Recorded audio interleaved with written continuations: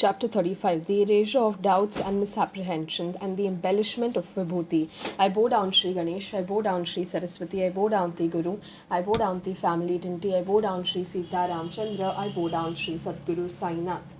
Previously, in the last chapter, I had indicated the stories I would narrate. I will now enlarge upon them. Listener, listen to them with patience.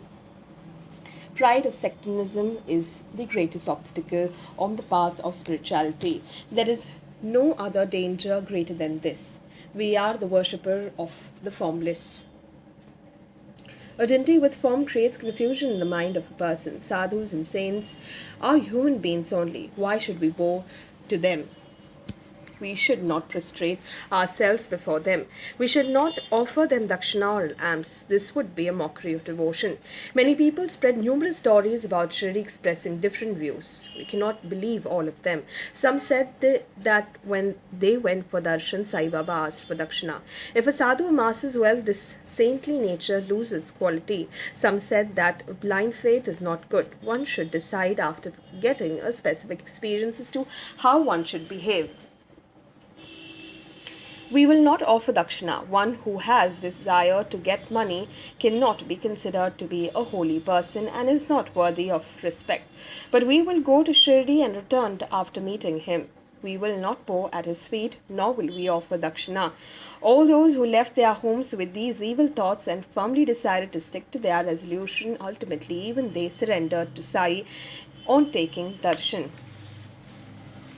Whoever came to see Sai stayed on with him and never again turned his back, getting attached to Sai's feet. Such a person also bowed at his feet is the same way as those who have surrendered to him with full faith and humility, forgetting his earlier resolution. Where pride on account of sectarianism is discarded, there will be immense happiness. Such is this 35th chapter of which the listener should hear with respect. Similarly, there is a suggestion about the importance of Udi and the experience of Bala Newaskar with a snake and how he gave it loving treatment, considering it to be none else but Sai. Listeners, have mercy on me. I am only an obedient servant who knows to obey the instruction respectfully. In doing this, Satcharitra has come into being word for word. As I gaze at his feet, waves of stanzas flow into my mind, with which I fill the earthen pot of this holy biography on and off.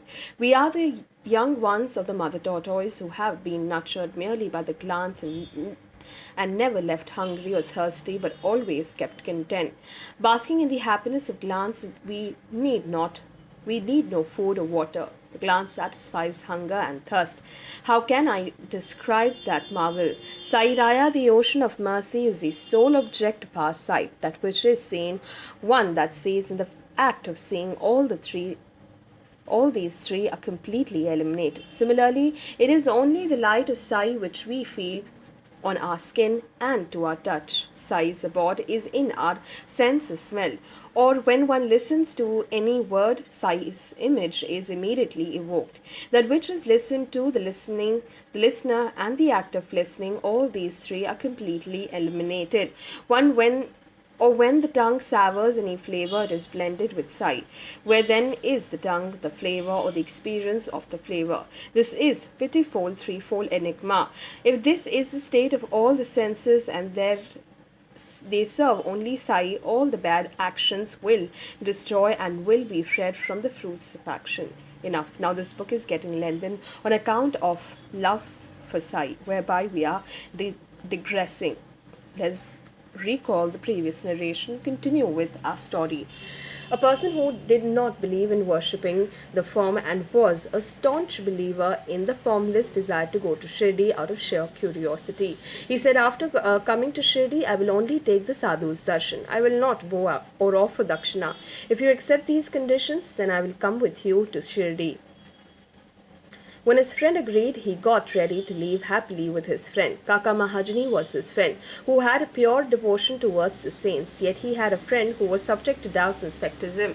Both left Bombay on Saturday night and arrived at Shirdi on Sunday morning. Both went to the masjid for taking Sai's darshan, listened peacefully to what happened at that time.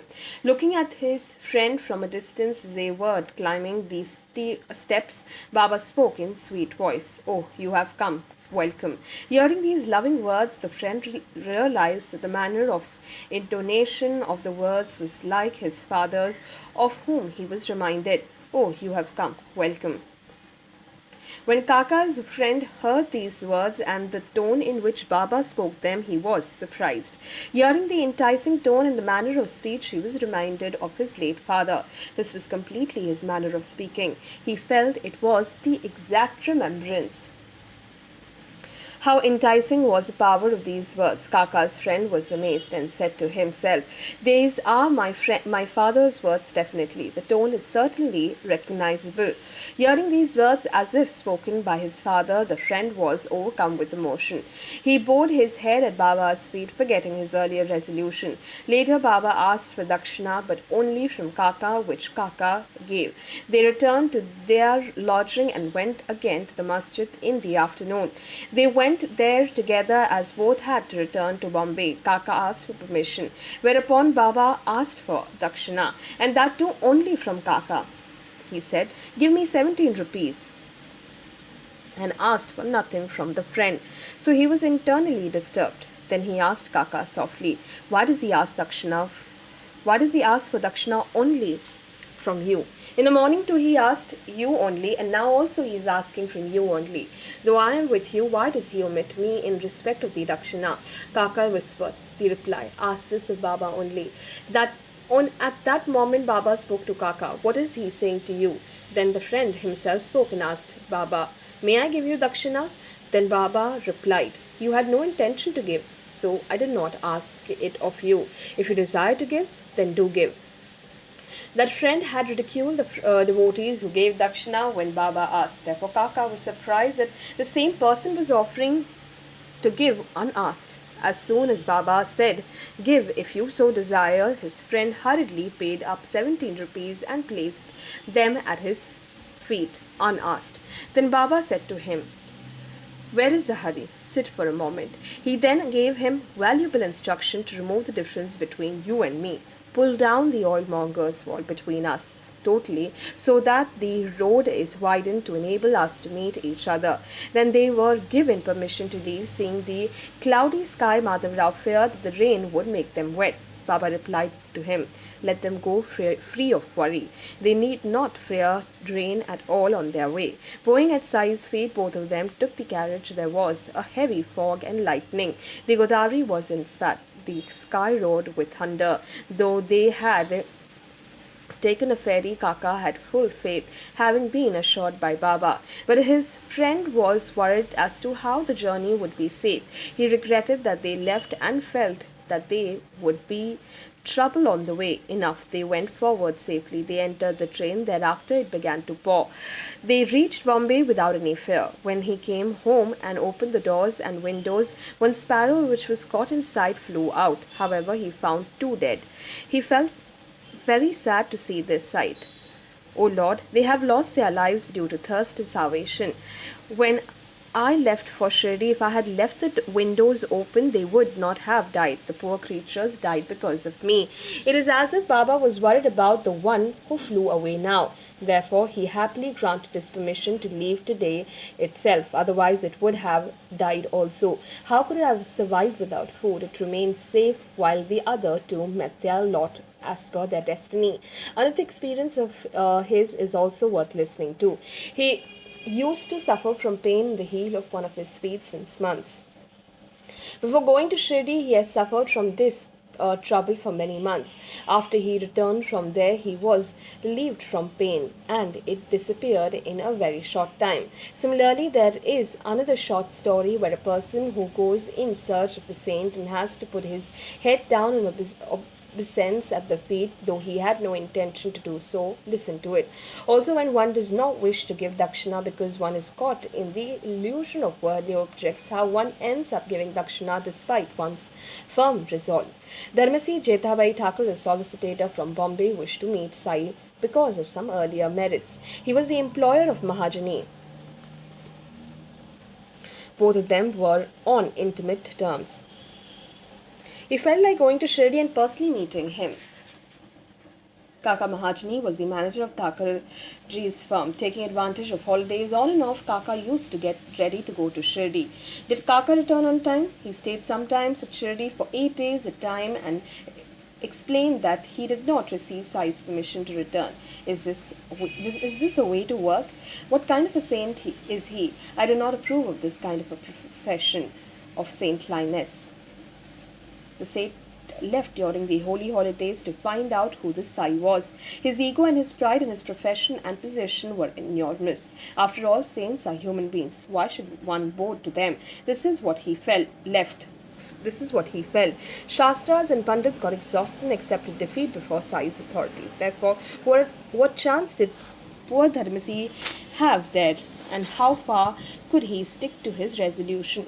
But it is not good to have blind faith. Let me go and ascertain for myself. With this determination, he made preparation to go to Shirdi. Dharmasi also laid down conditions described in foregoing the verses as the other friend of Kaka. He left along with Kaka and told him, on this trip, it will not do for you to go to Shirdi and stay there. You must return with me, know that for sure. Then Kaka replied, this is not in our hands. Therefore, Dharmasi took one more person with him to go on the way.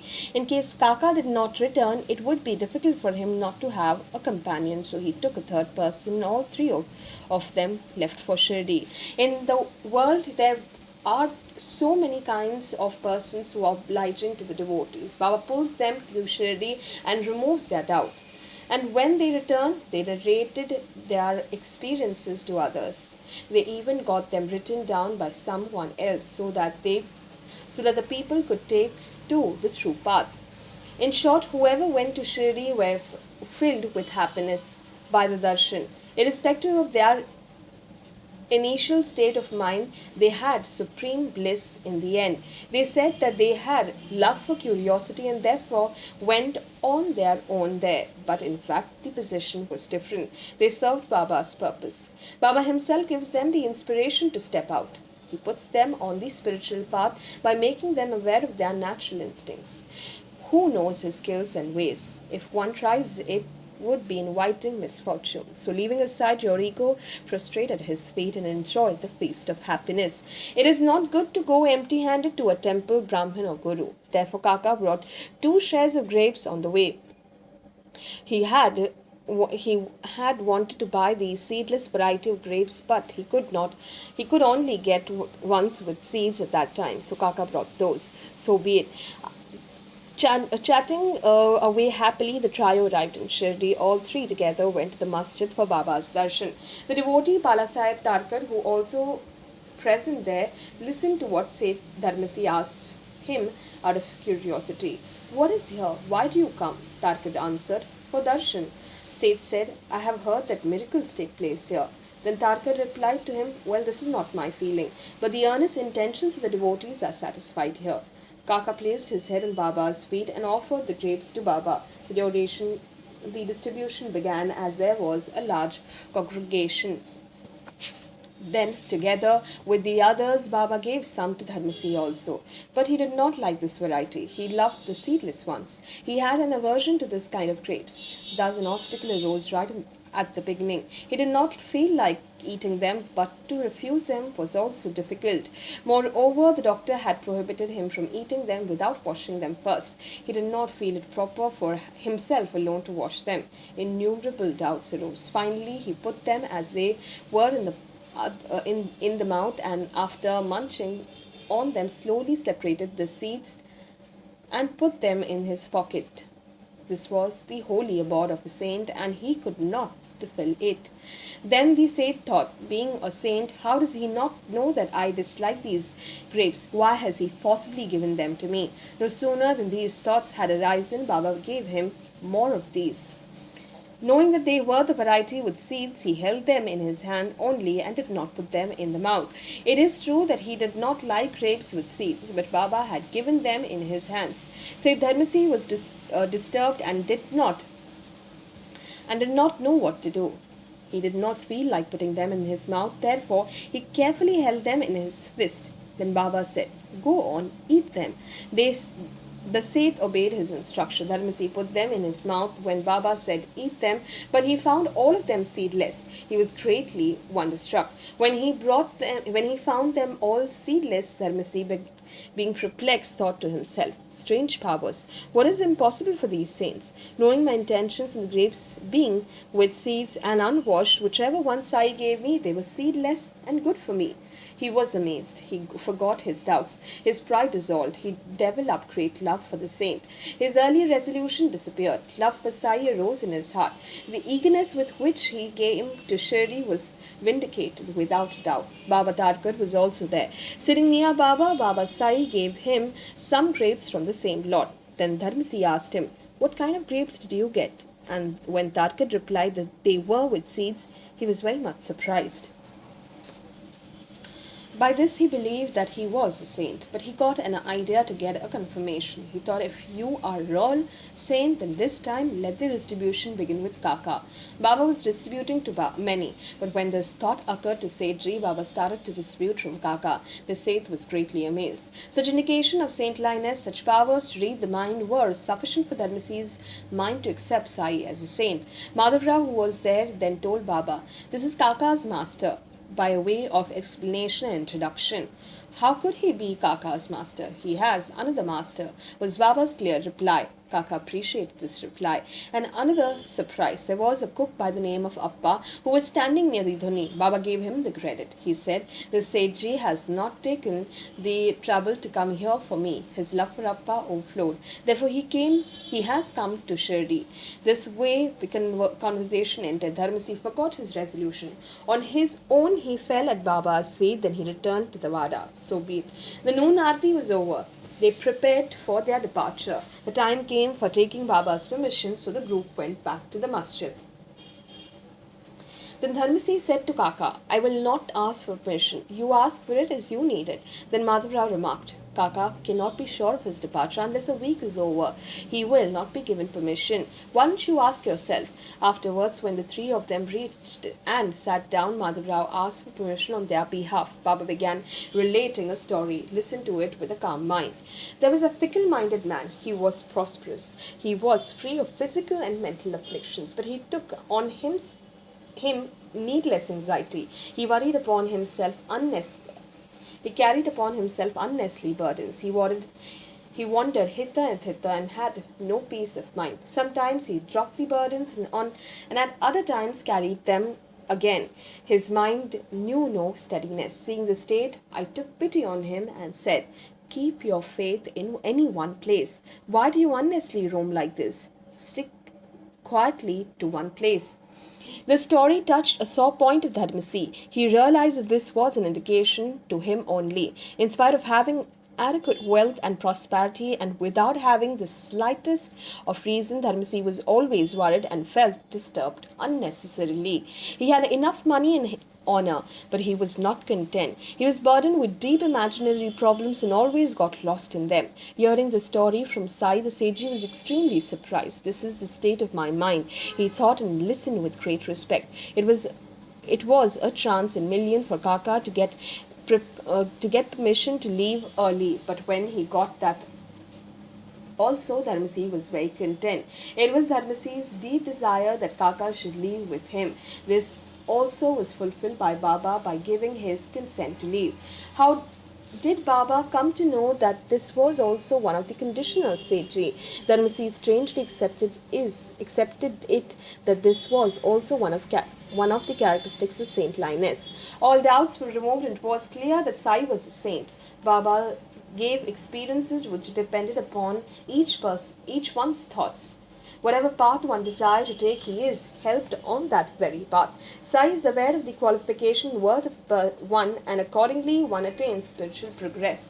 Irrespective of whether a devotee is full of faith or mocking, Sai is equally merciful to both. This loving mother did not differentiate between the two. Then when both of them were about to leave, Baba asked for 15 rupees as dakshina from Kaka and on his own said to Kaka, "If anyone has given me 1 rupee as dakshina, I have to give 10 times more in return." accurately. I never take anything from anyone gratis. I do not ask all and sundry. I only take dakshina from those to whom the fakir points out. The fakir asks from only those to whom he is in debt. The giver sows the seeds by giving and later reaps the harvest. Wealth should be used only for righteous purpose. If wealth is so spent, then only it is beneficial.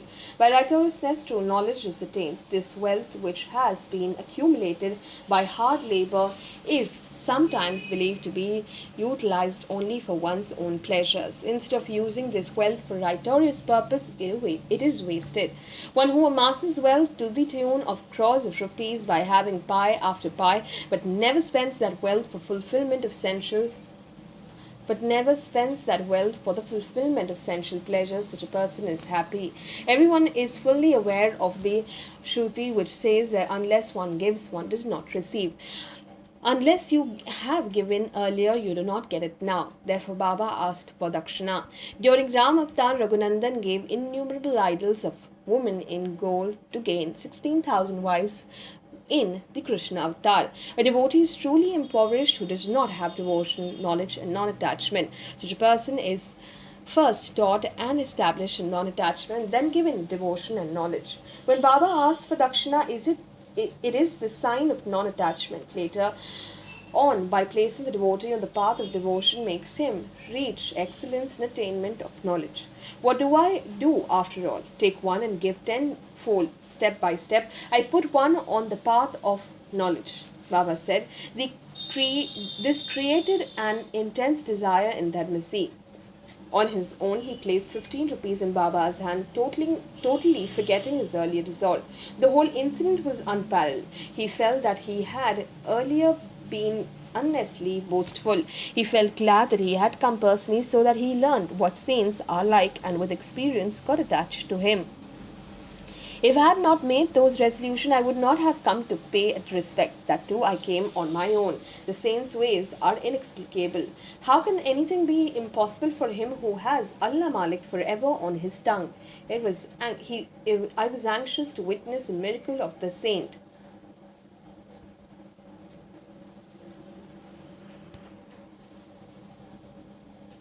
My resolution were in vain. I prostrated before a human being and also gave him dakshina unasked in my own. In vain was my pride.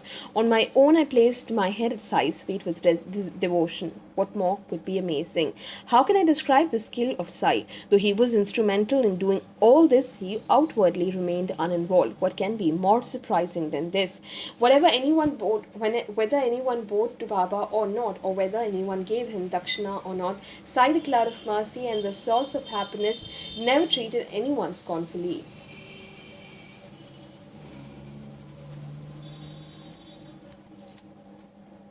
He felt no pleasure because he was worshipped and no pain because he was ridiculed. Where there is no pleasure, there is no pain. His state was beyond duality. Whatever be anyone's intentions, when once granted darshan, he made the person develop devotion at his feet. Such was the marvelous power of Sai. Enough later, after receiving Udi Prasad and blessings, he returned without any doubts. Such was Sai's fame. To depart from Shirdi, it was necessary to have Baba's permission. To obey was to invite trouble. One felt repentant and humiliated if one left on one's own violation. There would be dreadful obstacles in the way which would be difficult to overcome. This was what was said about the departure from Shirdi. This was the same position with me. None can come here unless I bring him, was what Baba said. Unless I so desire, who can cross this threshold? Who will get darshan by his own violation? Or come to Shirdi? We can come for darshan only when mercy arises in the heart of Sai Samartha, the embodiment of mercy in whose hands rest our lives. If Sai was not inclined about coming and going, he did not grant permission nor gave Udi. If one went to ask permission after bowing down and was given blessings with Udi, it signified the permission to leave. Now I shall narrate to the listeners a novel experience about the Udi, then about the power of devotion of Newaskar because of the grace of Sai, the eminent one. The gentleman from Bandra Prabhu Kashyap, the by caste, suffered from insomnia in spite of best of efforts. The moment he was about to get to sleep, within no time his departed father came in his dream and awakened him every time, making reference to whatever good or bad incidents that might have happened in earlier life and to the secret, evil and far-fetched thoughts he used to abuse language and bombarded him with that. Night after night, the same thing happened. Night after night, he lost his sleep. He was depressed. He could not avoid suffering that was pursuing him. The gentleman was fed up. He could think of no remedy. He consulted Sai devotee if there was any relief. He did not know any other remedy. Sai Maharaj is the eminent one. If you have the same faith, the Yudi will show its power, he said. He implicitly followed the instruction that he was given and experienced the power of the Yudi accordingly. He no longer had bad dreams. That friend was a devotee of Sai Samartha due to the merits of his past deeds. After narrating to him the strange powers of Yudi, he gave him little of it. He told him, when you go to sleep, apply a little on the forehead and put a small packet under the pillow. Think of Shri Sai. Have faith, then experience the Sudi's power. It will immediately put an end to your trouble. This is the merit of Udi. After he did as he was instructed, he got deep sleep that night. There was not a trace of that bad dream. The gentleman was very delighted. Then how could that joy of his be described? He kept the packet of Udi under his pillow always and remembered Sai daily. Later he brought a picture of Baba and gave it on the wall at the head of his bed and garlanded it every Thursday. He respectfully worshipped it. He began to take darshan of the picture, offered garlands on Thursdays, remembered Sai daily. His troubles ceased altogether. He continued to have faith and carried out his practices strictly. He had a bidding welfare. He totally forgot his earlier troubles of insomnia and bad dreams. This is one example of effectiveness of Udi. I will narrate another unique experience. If the Udi is used for any kind of problem, it will bring unalloyed well-being. Balaji Patil Newaskar was a great devotee. He rendered excellent and disinterested service and wore away his body for Baba. Nevaskar's regular task was to sweep all the passages and streets in Shirdi through which Baba passed in his daily routine, including the round to the Lendi. The tradition of the service was continued after him by Radha Krishna Bai. She was excellent in this work. By caste a Brahmin, respected by all, she never in her innocent heart had the wicked thought that this was a lowly task. Getting up early in the morning, taking the broom in her hand, she would sweep all the path used by Baba. Blessed was her service. Her work was clean and quick. Who else would be able to compete with her? After some time, Abdul came forward.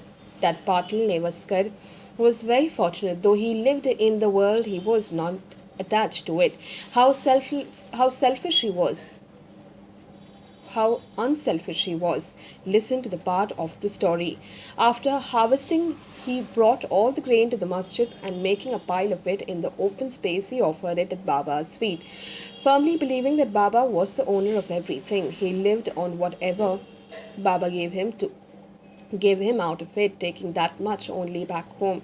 Bala drank only that water that came from the channel after Maharaj had his bath or washed his hands and feet. He continued these practices till his death. Even today, his loving son carries out with the same to some extent. He too went to the grains regularly. From that Maharaj had Jawar Bhakri 4 times a day until his Mahanirvan. Enough, observe what happened once. It was Bala's death anniversary. Food was cooked and ready, and the servants began to serve it. The food was cooked at home on the approximate basis of expected guests. But when the serving of When serving the food, it was estimated that the people were thrice the number expected. Mrs. Newaskar was worried. She began to whisper to her mother-in-law, "We are going to be disgraced today. How could it be avoided?" The mother-in-law had great faith. "When Sai Samartha is our support, why should we worry? You remain calm," she said. After the mother-in-law assured her thus, she took a handful of udhi and put it little in each of the food containers and then covered the containers with cloth. She said, "You go and distribute without care. Remove the cloth covering partially only to enable you to distribute. Draw the cloth over it again as earlier. Remember to do this without fail. This is food from Sai's home. Not even a grain is ours. He alone will ensure that we are not put to shame. If it falls short, it will be his responsibility." The mother-in-law got the experience just as she had resolved. Without any difficulties, all the guests and others had the meal. Whoever had come ate. Everything happened as desired. Yet the food remained in the containers, which were as full as in the beginning. Such is the power of the Udhi. It is the nature of the saints to help one experience as one has faith. Enough. While narrating the greatness of Udhi, I am reminded of another story of Newaskar regarding his immense faith. Listen to it. At one point, I had a doubt that this would mean a digression. Whatever it may be, I felt like narrating it according to the circumstances. Resolving thus, I am relating the story at this juncture. If you consider it inappropriate, the listener should pardon me. Once Raghu Patil of Shirdi went as a guest to Nevasa and stopped over at Nevaskar's home. One night, when the cattle had been tied up with strong rope to an iron nail fixed in the ground, a poisonous snake entered the cow shed hissing all of a sudden. Everyone was dumbfounded on seeing such an incident. The snake spread out his hood and sat fully stretched out. The cattle began to low and clamored to get out. Newaskar firmly believed that Sai himself had appeared there. Now, there was no alternative but to let the cattle out. In the case, they stepped on the snake and brought about a calamity. When Newaskar saw the snake from distance, he was filled with joy and had horripilation all over his body. He prostrated with all his limbs. He said, "It is Sai's grace that he has come to meet in the form of snake." He brought a cup full of milk for the snake. How wonderful was the sentiment of Balaji! He did not have an iota of fear. Observe what he did to the snake. Listeners should hear it attentively. "Why, O Baba, do you hiss and make a noise? Do you want to frighten us? Now have this cup of milk and drink it peacefully." How would a cup be enough? Thinking so, he brought a big vessel full of milk and put it before the snake without any fear. Fear is only in the mind. After putting the milk near the snake, he sat at his earlier place, which was neither far nor too near. His face showed wonder about the snake. The appearance of a snake is frightening. All do not think alike. Everyone else was perturbed and wondered how this danger would be averted. There was a danger even if they stepped out, lest the snake went into the inner part of the house, because it would be more difficult to take him out. There all sat keeping a watch. Here the snake had his fill of the milk. Without anyone noticing, he disappeared. Everyone was astonished. Then the whole cowshed was searched, but they found no trace of it. Most of them were relieved, but Newaskar was fretting. If it had been seen leaving as it had seen it at the beginning, entering the cow shed, he would have been satisfied. This is what was causing him fret. Bala had 2 wives and young children. Sometimes they came from Nevasa for darshan. Baba brought saris and blouse pieces for both of them and gave them these items with his blessing. Such was the devotee Balaji.